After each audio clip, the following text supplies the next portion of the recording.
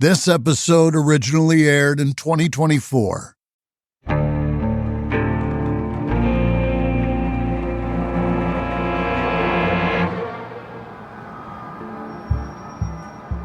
It's the evening of July 5th, 1998. The Upper East Side of Manhattan has started to cool slightly after another warm summer's day. As his cab turns onto East 65th Street, Jeff Feig watches from the back seat as a couple of kids ride their bikes on the pavement. They scream with laughter as a third kid chases them with a water gun. It looks like fun. Jeff's not in the mood for fun right now. He's too worried. About an hour ago, he got a call from Carol Hansen telling him that their mutual friend Irene Silverman is missing. The cab pulls up outside Irene's limestone mansion and Jeff gets out. He hurries inside the building. There's no time to waste. All of Irene's friends know that she wouldn't just go somewhere on her own. The 82-year-old doesn't leave the house alone these days, not to go to the grocery store, not to go to the post office. She even tells her staff when she's going to the rooftop garden to walk her dog. So, for her to vanish like this is worrying in the extreme. Jeff's already been to the police station, where he reported Irene as missing, but the cops told him to search the mansion himself and make absolutely sure she's not there. They promise that when he comes back to tell them that, then they'll look into the situation. Jeff meets Irene's weekend companion and housekeeper, Marta, in the lobby. She's the one who first noticed that Irene had been quiet for a few hours and sounded the alarm when she couldn't find her boss. Now, Jeff tells Marta about the police instructions. He suggests they start at the top of the building, where Irene's two-story apartment is, then work their way down from there. They head up to the penthouse, and Marta lets them in using her set of keys. Inside, Irene's bulldog Georgie runs up to greet them, but they don't have time to give him any attention. Jeff and Marta pace through each room, calling out to Irene, opening every cupboard and closet, switching on every light. Nothing. Once they've swept Irene's apartment, they move down to the floor below and let themselves into the apartments there. Irene has a few tenants living in her building, but most everyone's away for the holiday weekend, so it seems unlikely that Irene would end up in one of those apartments. Still, they check to be sure. The small search party make their way down through the building, scouring every apartment and common space. But there's no sign of Irene. By the time Jeff and Marta are back on the first floor, there's only one corner of the building they haven't been in. Apartment 1B. That's where Irene's shifty new tenant has been living for the last few weeks. The one who creeped Irene out. The one she told everyone she was planning to evict. Jeff and Marta don't say anything to each other, but they're both thinking the same thing. They don't want to go into 1B. They're afraid of what they'll find if they do. I don't know about you, but I like keeping my money where I can see it. Unfortunately, traditional big wireless carriers also seem to like keeping my money too. So, after years of overpaying for wireless, I finally got fed up with crazy high bills, bogus fees, and free perks that actually cost you more in the long run, so I switched to Mint Mobile. It is a considerable savings, and the coverage is great. So stop overpaying for wireless just because that's how it's always been. Mint exists purely to fix that. Mint Mobile is here to rescue you with premium wireless plans starting at $15 a month. All plans come with high-speed data and unlimited talk and text delivered on the nation's largest 5G network. Bring your own phone and number, activate the eSIM in minutes, and start saving immediately. No long-term contracts, no hassle. Ditch overpriced wireless and get 3 months of premium wireless service from Mint Mobile for just $15 a month. I use it, you should use it. If you like your money, Mint Mobile is for you. Shop plans at mintmobile.com/AmericanCriminal. That's mintmobile.com/AmericanCriminal. Upfront payment of $45 for a 3-month 5 GB plan required, equivalent to $15 a month. New customer offer for the first 3 months only. Then full price plan options available. Taxes and AMP fees extra. See Mint Mobile for details. Okay, so picture this. It's late at night, you're scrolling through your feeds when all of a sudden you see it. That one product that you've been looking for. You click on the link, you add it to your cart, you maybe even shop around a little more before finally hitting checkout. And as you're filling in your address, you realize you don't have your card anywhere near you. That's when you see it. It's that purple pay button that has all your information saved, making checking out as simple as a simple tap of your screen. Accelerate your efficiency, whether you're uploading new products or trying to improve existing ones. Shopify is packed with helpful AI tools that write product descriptions, page headlines, and even enhance your product photography. So get the word out like you have a marketing team behind you. Easily create email and social media campaigns wherever your customers are scrolling or strolling. Tackle all those important tasks in one place, from inventory to payments to analytics and more. No need to save multiple websites or try to figure out what platform is hosting the tool that you need. Everything is all in one place, making your life easier and your business operations smoother. See less carts go abandoned and more sales go with Shopify and their Shop Pay button.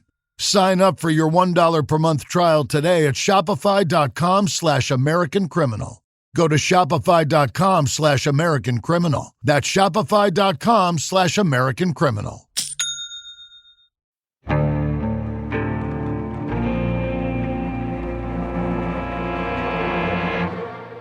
From Airship, I'm Jeremy Schwartz, and this is American Criminal.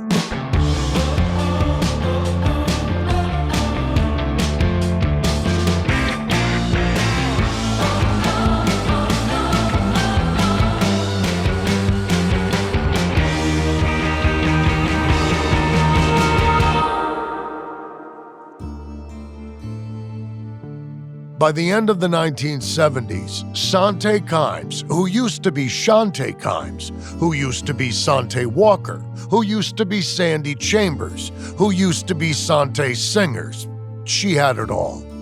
After years of shoplifting and arson-fueled insurance fraud, she kicked her ever-loyal second husband to the curb. He couldn't provide the millions of dollars she wanted. Then she latched on to Kenneth Kimes, a bona fide business mogul who had money to spare. Together, they spent their time bouncing between homes in Palm Springs and Newport Beach, California, and their latest mansion in Hawaii. And Sante wasn't going to give up that lifestyle for anybody. She tethered herself to Ken by taking his last name, though they never married, wearing an enormous rock on her finger, and finally by having his baby in a plot to produce an heir who'd inherit everything. Of course, Sante Kimes rarely got anything she actually earned. And no matter how much wealth she acquired, she never felt like she had enough. She could never sit back and enjoy the fruits of her labor. So the stealing and the scheming continued, like a compulsion. And although she didn't know it, Sante's lifelong habit of lying, cheating, and scamming would come back to bite her. And it had eventually cost her everything, which, when you think about it, is exactly what she earned. This is episode 3 in our 5-part series on Sante Kimes, Involuntary Servitude. It's April 1979, when 44-year-old Sante Kimes struts into the lobby of the Las Vegas Hilton. Behind her, her partner Kenneth Kimes Sr. leads their 5-year-old son by the hand. Sante's dressed to the nines as usual. A synthetic black wig is piled on top of her head, and a white caftan billows around her, cut low to accentuate her ample bosom. To someone taking a quick look, she bears a passing resemblance to Liz Taylor. Reaching the front desk, Sante takes off her sunglasses and smiles at the receptionist, telling him that she phoned earlier to book a room for Ambassador Kimes. Hearing that, the clerk stands up a little straighter and checks the files in front of him. He hands Sante a key, telling her that the ambassador's suite is ready. And then he waves over a bellhop, who loads the family's luggage onto a cart and directs them towards the elevator. Sante slips the receptionist a $5 bill before putting her sunglasses back on, then follows the bellhop up to their luxury suite. She's been in Vegas for less than an hour, but Sante Kimes can already tell that she's gonna like it here. Just days earlier, Sante and Ken Sr. had decided that Hawaii wasn't for them after all. They'd been there for around 5 years, but things were feeling a bit boring for Sante. Plus, she'd been paranoid that the authorities are after her. And with a lifetime of shoplifting charges and insurance frauds to her name, that's not all that surprising. But Vegas? That's a place Sante's sure she'll fit right in. If nothing else, she's got the gaudy wardrobe to make her look right at home. Sante's always showy with her fashion, her hair, her makeup, her implants, her wealth. It's how she cons herself a free stay at the Hilton. She's been around the block enough to know that casinos will offer plenty of perks to guests they believe will gamble big numbers. So, Sante dropped Ken's name with his make-believe title and was promptly offered a comp suite. Once they settle into their room overlooking the strip, Sante and Ken do head down to the casino, but mostly just so they could take advantage of the free drinks and food they're entitled to as high rollers. At this stage, Ken Sr.'s not much of a gambler, so he never wagers more than a few dollars at a time. Eventually, the Hilton figures that out and asks the Kimes family to leave. Surprisingly unbothered, Sante gathers up her things, then calls another hotel on the strip. Rinse, repeat, over and over. For about their first 6 months in Vegas, Sante and Ken Sr. bounce from hotel to hotel, and all it costs them is a few bucks here and there for tips and cab fare, and the tiny amounts they leave on the casino floor when they're bored. Eventually, though, they run out of hotels to scam and figure it's time to put down roots. But if they're forced to actually fork out money for somewhere to live, they're sure as hell not going to pay full price. So, when Sante spots a 4,000 square foot house she likes next to the Sahara golf course, she hatches a plan to snatch the home for well below asking. Like plenty of Sante's schemes, this one begins by getting her mark to trust her. The owner is an older man named Dr. Howard Zellhofer. Before she says anything to him about buying his house, she treats Howard to meals out and buys him drinks, then offers him the use of their place in Hawaii, free of charge. Only then does she tell Howard that she'd like to buy his house by the golf course. By now, Howard thinks Sante is a kind and generous woman, and he's happy to shake hands on a deal. So far, so good. For Sante. Sante explains to Howard that there's no rush on the paperwork. She wants everything to be above board. But so that Howard doesn't lose out on any money while the papers are drawn up, she suggests that she and her family move into the house and pay rent for the first month or so. Once the Kimes clan are in, they're not going anywhere. But in her mind, Sante's not a complete monster. She fully intends to pay Howard for his house. It's just that she'll only pay a price she finds acceptable.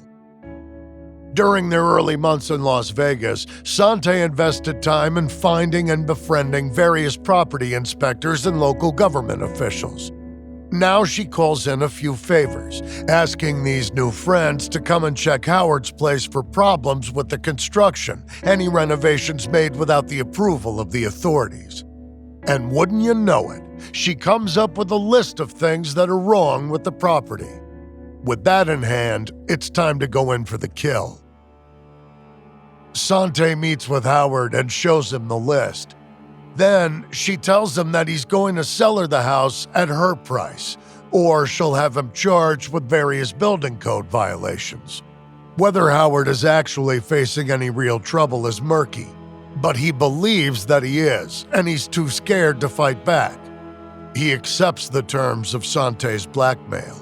And after just a few weeks of planning, Sante Kimes has herself a new place to call home. After screwing hotels out of free stuff for months, then staging a long con to scam a guy out of his house, it seems strange that one of Sante's smallest crimes could bring her so much grief. But that's exactly what happens on February 4th, 1980. She and Ken are on a trip to D.C. when they wander from their room in the Mayflower Hotel down to the first-floor bar. It's cold outside, so Sante's taking the chance to wear one of her many furs. This one's an ankle-length white fox fur coat. As ever, the rest of Sante's outfit is also white. She's wearing several gaudy pieces of costume jewelry, and she's doused in her gardenia perfume. In her mind, she's the pinnacle of wealthy sophistication. To everyone else, though, she looks like a tacky socialite from the 1940s. When a couple come in off the street to enjoy a drink in the hotel bar, Sante and Ken glom onto them. Sante listens quietly as Ken talks politics with the man. After a few minutes, the other couple excuse themselves and turn back to the group they're with. For a moment, they take their eyes off the chair where they piled their coats, including the woman's brown mink number worth thousands. Sante doesn't need the coat. She already has over a dozen furs of her own. Plus, she lives in the desert. But she wants it all the same. So she carefully reaches out and slides the mink off the chair. Then she slips it over her shoulders and pulls her own white fur over the top to hide it. The theft complete, she gives Ken a nod and they make a beeline for the elevator. Hours later, the police knock on Ken and Sante's hotel room door. At least 2 people saw Sante take the mink and could easily describe the woman in the black wig and white coat. See, that's the problem with Sante's fashion sense. It's memorable, and not in the way Sante wants. The cops search Sante's suite but don't find the missing coat. Before they leave, though, one of them notices that the balcony door is slightly ajar. He pokes his head out over the railing and sees a crumble of fabric on the lobby's roof several floors down. It's the monogram lining of the stolen mink. Sante had ripped it from the coat in an effort to hide the fact that it belonged to someone else and then thrown it off the balcony.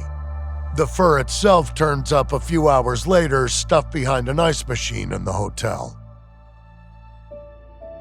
Sante and Ken spend the next day in jail, waiting to appear before a judge on grand larceny charges. Determined to prove their innocence, the couple try telling the police that they're scheduled to meet with President Carter that very afternoon. They're not, but they have bought tickets for a tour of the White House. Of course, the cops don't care about that and eventually bring Sante and Ken to the courthouse. They're granted bail and allowed to walk free, with the expectation they'll return to D.C. for trial at a later date. Sante Kimes isn't one to accept any kind of judgment, though. Rules are for other people, and so is the judicial system. So she and Ken hit the road, moving nearly constantly between Vegas, California, and Mexico, sometimes stopping to rest in Hawaii for a few days, then flying out again. Their perpetual motion makes it difficult for the prosecutors in D.C. to track them down and summon them to court. But when they do manage to get papers into Sante's hand, she stalls by firing her attorney and hiring a new one, a ploy that earns her an extension every time she does it. Over the next few years, Sante and Ken drag the process out by filing for extensions with excuses written by pliable doctors who swear the couple are too sick to travel across the country for a court date. Eventually, it seems like Sante's won the fight. She's wearing the authorities down and seemingly on the path to avoiding any consequences for her actions. The episode with the coat will come back around, though, in time. For now, there's trouble brewing at home. Sante's firstborn son, 18-year-old Kent Walker, has had enough of his mom's antics. He knows Sante loves him, but she can have violent mood swings, and she's constantly meddling in Kent's life. Now, Kent's 18, and he's like any young man, trying to work out what he wants to do with his life. College is okay, but he prefers to spend time drinking with his friends. That's what he's been doing when he gets back to the Kimes family home in Vegas late one night in July 1981. When Sante comes downstairs to find her teenage son drinking, she curses him out and looks set to fly into one of her very best rages. And to be fair, Kent is underage. But he has enough sense to know that arguing with his mom won't lead anywhere good, so he gets up to leave before things get out of hand. Sante doesn't like that. She doesn't like that her son is all grown up and no longer under her control. So she follows him down the hallway towards the front door and cracks a wooden broom handle over his head. Kent goes down, stunned by the blow, blood trickling from behind his ear. While he's distracted, Sante grabs Kent's car keys and dashes up the stairs, her sheer negligee whipping out of sight just as Kent staggers to his feet. Kent's a big guy by this stage, and he follows his mother up the stairs. He easily forces open her locked bedroom door and snatches back his keys. Then, without a word, he heads for the front door again.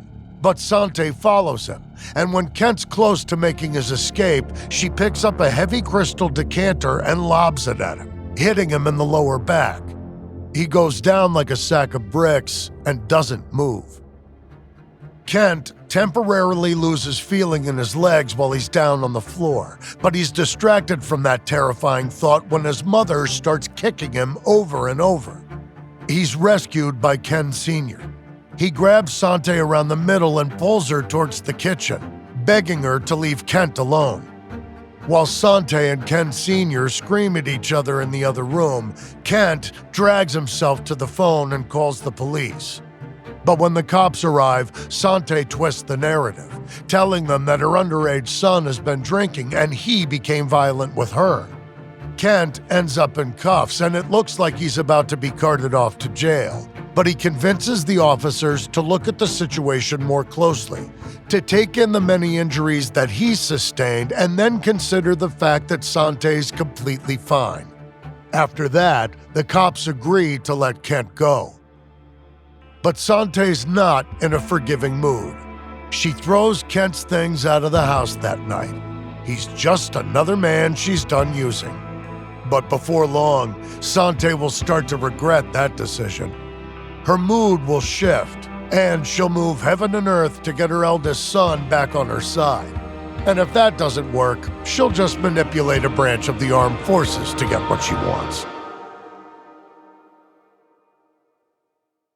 I don't know, something about this time of year makes me rethink what's in my closet.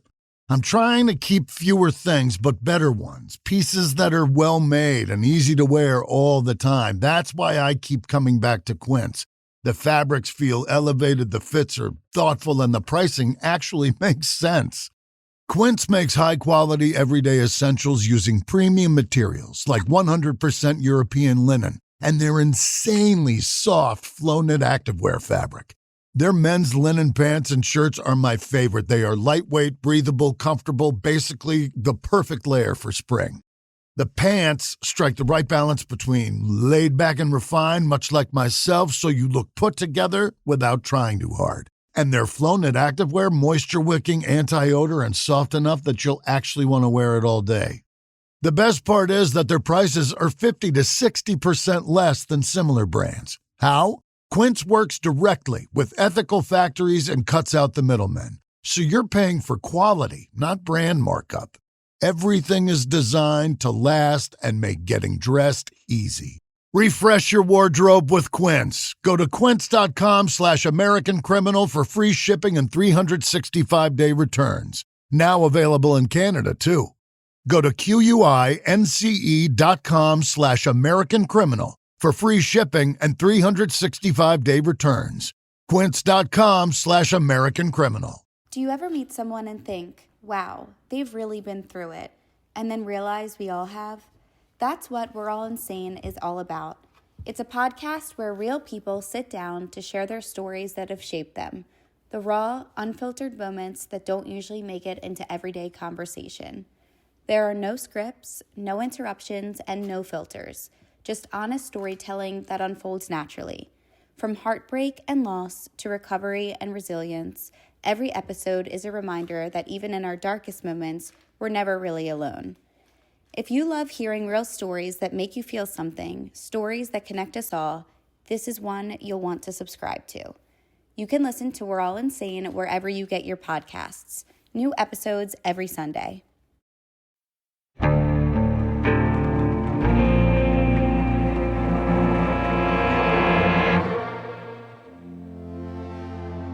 It's January 1983 in Hawaii. On Honolulu, the Kimes home is full of life for the first time in years. 19-year-old Kent Walker has a fresh haircut and a sharp new outfit. Around him are a dozen or so older military men, most of them in uniform. At the center of it all is Sante Kimes. Now 48, Sante moves through the small crowd in a white muumuu, pressing drinks into the hands of her guests and inviting each and every one of them to make use of any of her various houses around the country. This is something Sante does a lot, playing the part of a generous benefactor who wants nothing more than to share her wealth with the people in her life. None of it's sincere, though. She's buttering them all up, and in this case, she's getting ready to ask for a favor on behalf of her eldest son. After their knockdown fight in the Vegas home in 1981, Kent washed his hands of his mother. He dropped out of college and worked a string of short-lived jobs while deciding what to do with his life. It was in 1982 that he figured it out. He wanted to fly helicopters. So he applied to the Army's flight school. But that's a highly competitive position, and a few months later, Kent got his rejection letter in the mail. In the meantime, Sante had wormed her way back into her son's life. He's too useful as a lackey cum chauffeur for her to discard permanently. And although she doesn't strictly approve of his being in the Army, she chafes even more at the idea of her son being told no. So, towards the end of 1982, she sent Kent down to live at the family home in Hawaii while she worked on a plan. That's why there's a party going on in the sprawling Kimes home right now. Sante's befriended the colonel in charge of Army recruiting for the entire state of Hawaii and thrown a party for him and a dozen of his colleagues. Ken Sr.'s here, talking about his time serving in World War II. Sante's boasting about her brigadier general father, and Kent's smiling and being polite, exactly as Sante told him to do. Sante's plan works out perfectly. Soon after her salute to the armed forces, Army recruiters are deluged with letters of recommendation on Kent Walker's behalf, and he's suddenly accepted into flight school. He's going to be a pilot after all. And in exchange, all his mother asks for is a few small favors. She insists that Kent fly with her to D.C. to trawl through hotel bars flirting with young women. It's not a romantic mission, though. Sante's still dragging out her fight against the charges for stealing a valuable fur coat in early 1980, and she's sure she's found a way to beat the rap.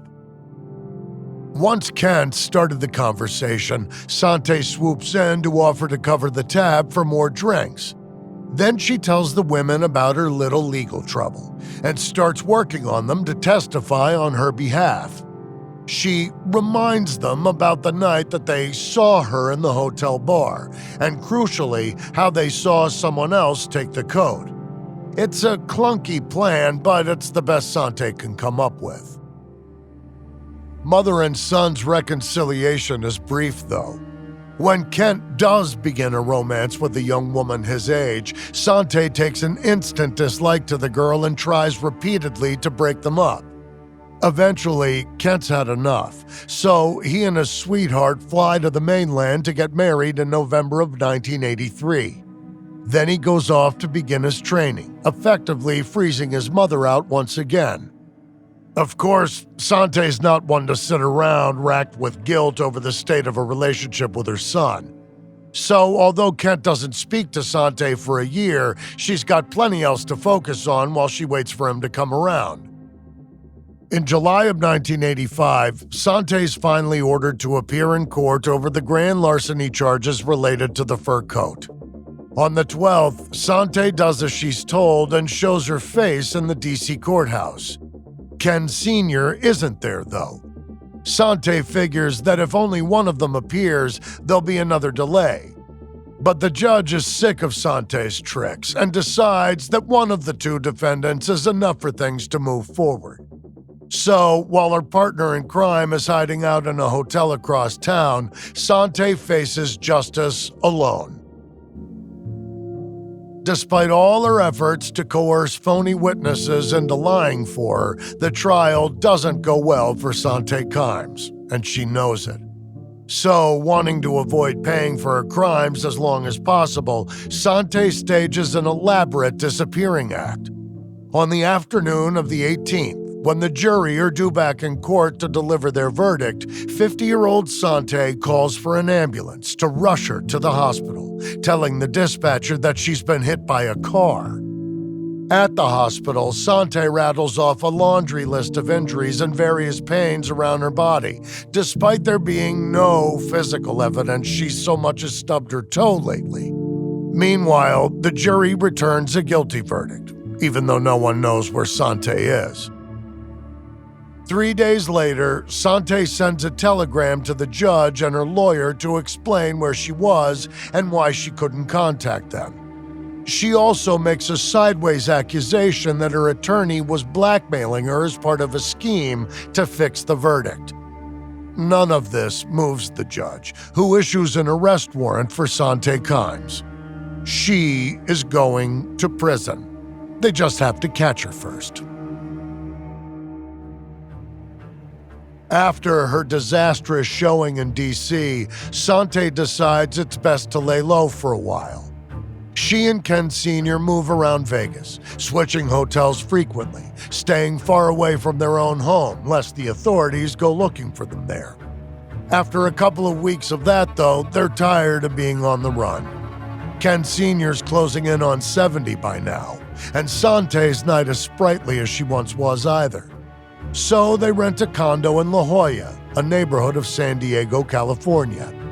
That's where they are when federal marshals catch up to them on August 3, 1985. But the marshals aren't there about the furs. They've got warrants for Sante and Ken Sr. for two much, much bigger crimes: slavery and human trafficking. Over the last dozen or so years, Sante's been in the habit of smuggling young women across the border from places like Mexico, El Salvador, and Peru to work as maids in her homes. Only she never pays them. She confiscates their passports and forbids them from leaving her home. In more recent years, she's done the same to college students brought in to be round-the-clock tutors for Sante's youngest, 10-year-old Kenny. Like the maids, Kenny's tutors are young women enticed with promises of luxury accommodations, exciting travels with the family, and generous paydays. None of it materialized, though. Instead, what these women got was beaten, burned, and belittled. Most eventually escaped the horrors on their own. Some of them managed it with Kent's help, and a few even went to the authorities to report Sante and Ken Sr., but nothing was done for years. Even when a 14-year-old girl showed up to the U.S. consulate in Guadalajara to talk about the time Sante threw a pot of boiling water over her, the information was simply filed away for later. But now, the sheer number of complaints against Sante has become impossible to ignore, and the feds have finally moved in. When they crash through Sante and Ken's rented condo door, they even find a final, terrified young woman who's just the latest maid in Sante's employment. After the arrest, Sante and Ken Sr. are transported to Las Vegas to answer for their crimes. Kent's wife is called in to look after Kenny, but Kent is in for a treat of his own. Even from jail, Sante's determined to keep pulling the strings on the men in her life. At this stage, Kent's graduated from flight school and is on a training exercise when he gets a call from his mother, who orders him to come back to Las Vegas and help her. When Kent resists the summons, Sante goes over his head, telling his superiors that her husband's had a heart attack and that she needs her son to come home to help care for him. Despite Kent's protest, he's ordered to return to his family. Sante's continued manipulations delay his return for so long that Kent gets an early discharge. He'll never fly a helicopter again. Not that Sante cares about her son's life. She's staring down 85 years in prison for 17 charges, including involuntary servitude and transporting people across the border. Ken's only slightly less complicit, so he's looking at 75. Of course, local news seizes on the story of the millionaires who've been using slave labor in their mansions. And out come the old stories about the time Sante and Ken Sr. crashed government parties in D.C., and Ken's fake ambassador title, and all the rest. Pretty quickly, it seems like there's not a single person outside the family who wants to take Sante's side. In fact, people are lining up to take their shot. An attorney in Hawaii assembles a group of Sante's former maids and tutors to file a civil suit against the couple, asking for $31 million in damages. So even if Sante and Ken Sr. somehow beat the criminal charges, they'll have to fork out millions in legal fees. And that's even if they win the suit. It's not looking good. So it's a minor miracle when Sante and Ken Sr.'s lawyers manage to work out a deal for their clients. He just has to plead guilty to one count of misprision of a felony, which means that he knew a felony was being committed and didn't report it. In exchange, he'll get off with probation and a felony record. Sante has to plead guilty to more than Ken Sr., but her sentence shouldn't be more than 2 years. They're astoundingly good deals, considering the charges. Still, both of them have to be talked into taking those deals. Both Sante and Ken Sr. believe there's a conspiracy against them, that they've been set up by crooked lawyers and a corrupt justice system. Ken finally sees reason when he's reminded that court cases are expensive. He could easily lose his fortune fighting the charges in court. Sante, meanwhile, believes that a guilty plea will set them up for catastrophe in the civil suit. It'll lose them everything. But like Ken Sr., she's finally talked into taking the deal. Then comes the big day, when Sante and Ken Sr. appear in court to actually sign the papers. Ken's goes off without a hitch, but then it's Sante's turn. And, surprise, things go very differently.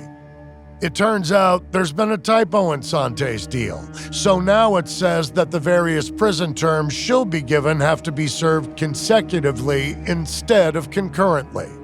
Seeing that, Sante starts throwing a tantrum right there in the courtroom. Instead of calmly asking that her lawyer and the prosecutors rectify the mistake, she starts screaming and crying and has to be physically restrained. She's like an angry toddler, only there's nothing and no one that can get Sante Kimes to calm down. So she refuses to sign her deal, which means she's going to trial after all. And in the meantime, she has to stay behind bars. At least, she's supposed to stay behind bars. But as always, Sante has something else in mind. On December 30th, 1985, about 3 months after her courtroom freakout, the news breaks that Sante Kimes has escaped jail. A couple of days after Christmas, she feigned a medical episode so that she'd be moved to the hospital, where security was much, much less stringent. There, she easily gave her guard the slip and just walked out the front doors. So now, all of Las Vegas is on the lookout for the Liz Taylor lookalike who's on trial for slavery. The headlines don't get much wilder than that. Well, not yet they don't. I wrote a little song to remind you, Choice Hotels get you more of the experiences you value. The Cambria Hotel's got it all. A rooftop bar, have a ball. Cocktails up here feel just right. Is Cambria amazing? Alright. Bring a date, your team, or even your mom. Book direct at choicehotels.com. See you on the roof. We gather here tonight to bring women back to their rightful place. The Testaments, a new Hulu original series from the executive producers of The Handmaid's Tale. It's easier to accept a story than believe that the people around you are monsters. The battle isn't over. There comes a time when you have to take action, when you have to choose your own destiny. Never quite as it seems. Watch the new Hulu original series, The Testaments, streaming on Hulu and Hulu on Disney Plus for bundle subscribers. Terms apply.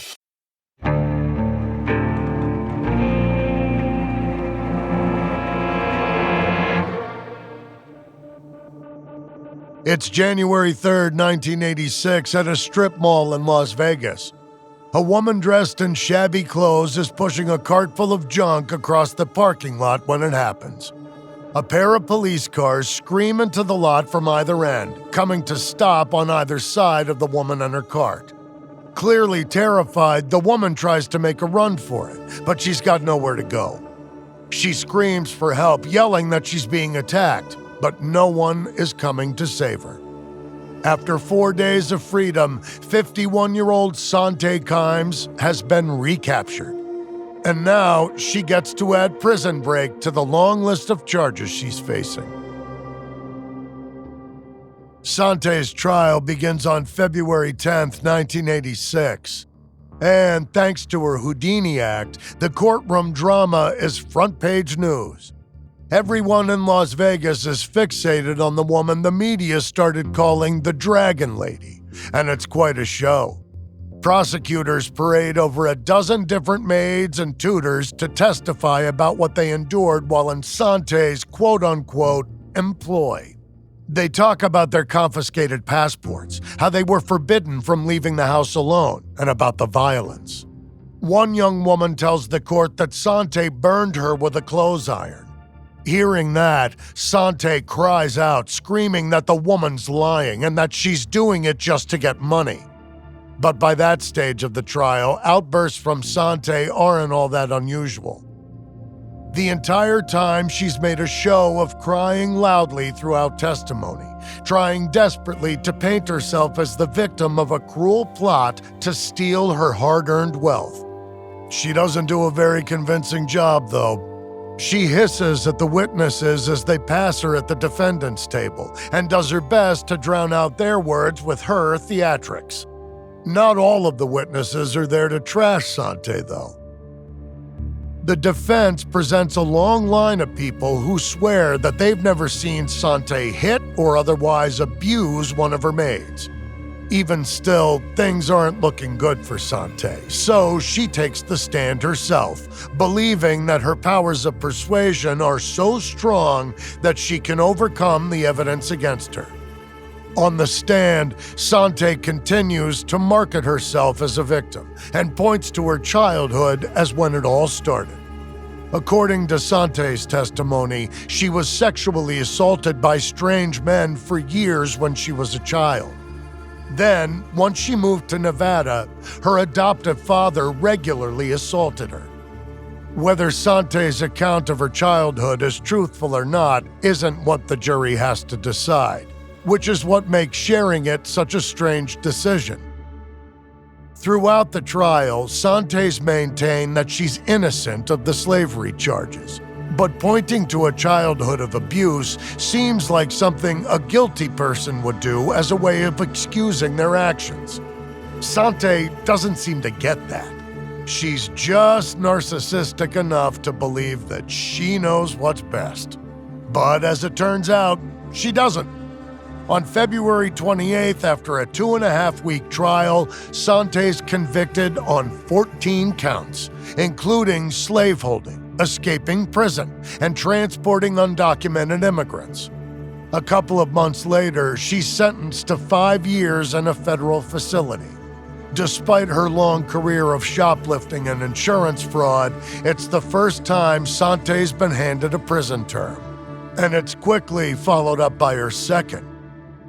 In July 1986, Sante's extradited to D.C. to finally face sentencing for the stolen furs. There, she tries to convince the judge she's a changed woman, that she's committed to getting help. But the judge remains unmoved. She sentences Sante to serve 3 to 9 years, which will begin as soon as she finishes her federal stint. Finally, Sante Kimes is behind bars, and in her absence, her family thrives. Ken Sr. and Kenny return to living in their Las Vegas home, and 11-year-old Kenny starts attending school for the first time. Up until now, he's been homeschooled by the long line of unpaid tutors Sante recruited. Part of her reasoning was her delusional belief that Ken Sr.'s family, who she calls the Creeps, would try to kill Kenny if he was allowed out into the world. But Ken Sr. never really bought Sante's line about his relatives' vendetta against them. Now he decides that his son will do just fine with other students. Until now, Kenny's had little contact with the outside world, so the people he's interacted with mostly have all been adults: his parents, his brother, his tutors, and the maids. Sante made sporadic attempts to socialize her youngest son, but her methods were typical Sante.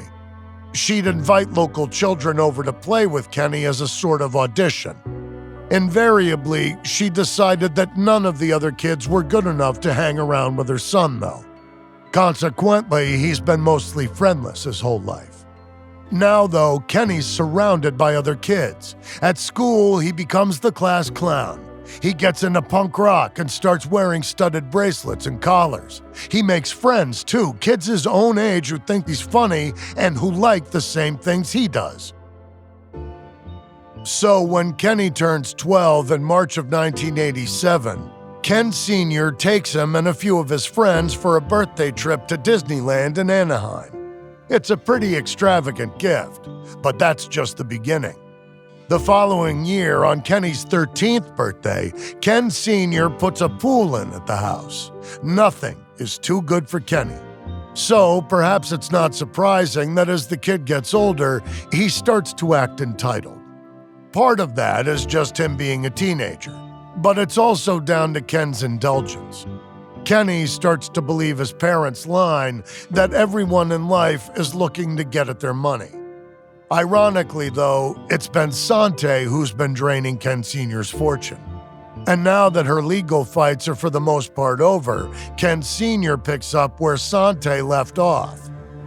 He starts going to local bars most afternoons. And while he definitely drinks a lot, it's not the alcohol that's doing the damage to his bank account.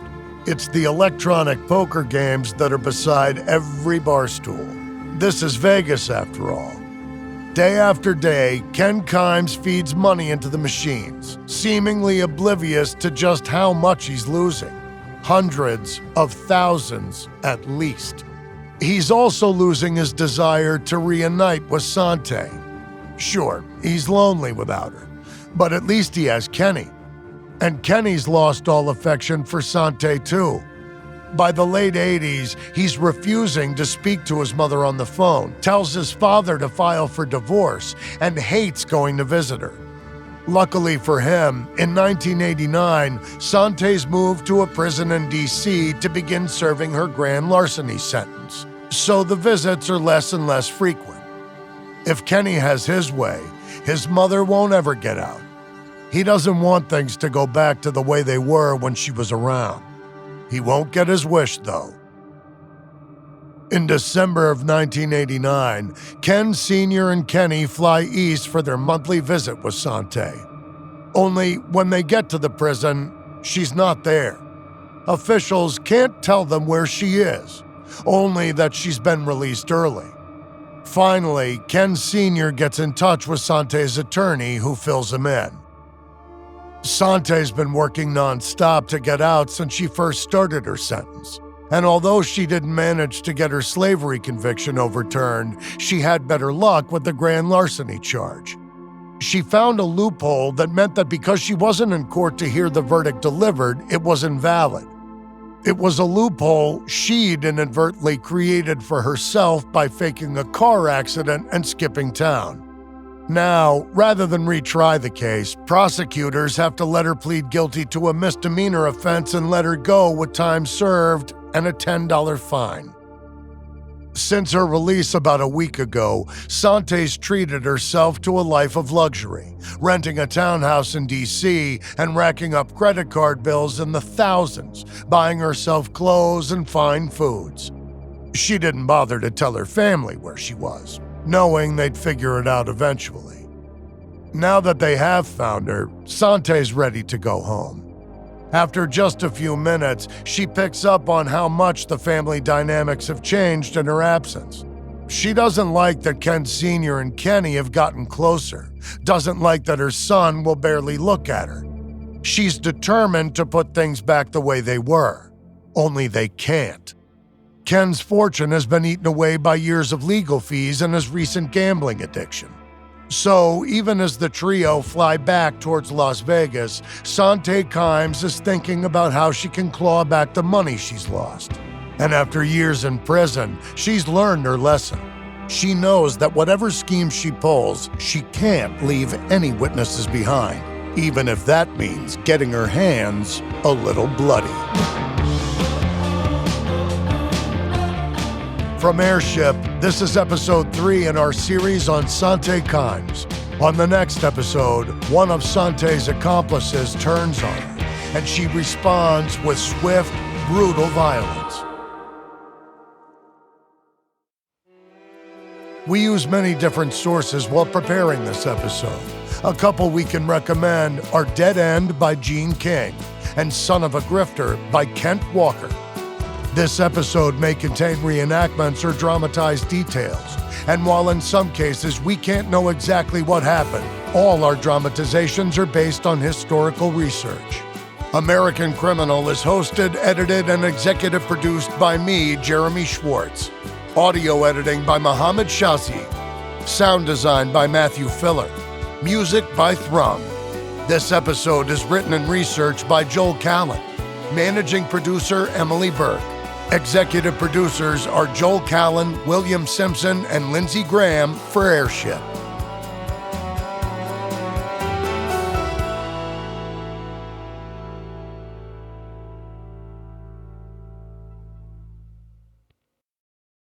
Start the spring season off right with a new pair of Tecovas Western boots. Handcrafted and over 200 steps from genuine leather, they're built to last and feel broken in the moment you put them on. From cowhide to exotic leathers, Tecovas blends timeless style with all-day comfort. Pair them with premium denim, Western shirts, and accessories for an effortless, polished look. Shop quality Western goods in-store or online at tecovas.com.